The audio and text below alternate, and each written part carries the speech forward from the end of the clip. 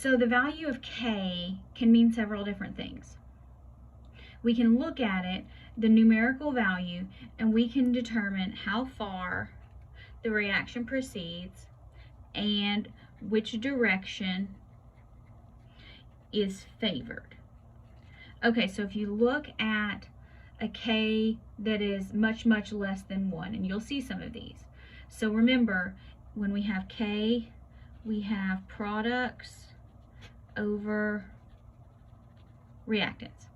So in order for K to be really small, that means we need a low concentration of products, that's our numerator, and a high concentration of reactants in our denominator. So that means our reverse reaction, so our arrow to the left, is going to be the favored one. So it would rather go from products to reactants, so kind of go backwards, is going to be favored.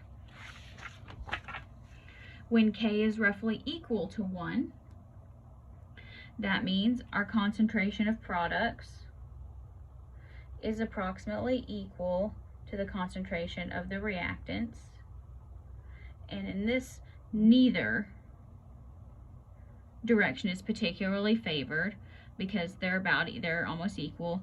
So that means our reaction is going to go somewhere around halfway. So this is the situation where I said, you know, it doesn't always go, they're not always equal. Sometimes they're close, and they are. And so that's when you have a K that's really close to 1. Now, when K is much, much greater than 1, again, here we go, we have products over reactants.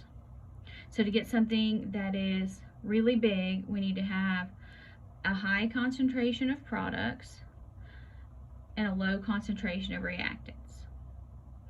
In this case, we have a lot more products, so that's going to be our forward reaction, which would be our arrow to the right, and that's the one that's favored. This is the one that we have been assuming is always the case in all of our equations and reactions and situations up till now.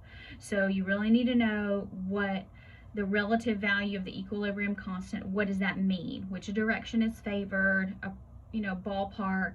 Are we going to have more reactants? Are we going to have more products? Are they approximately equal to each other? And what does that mean?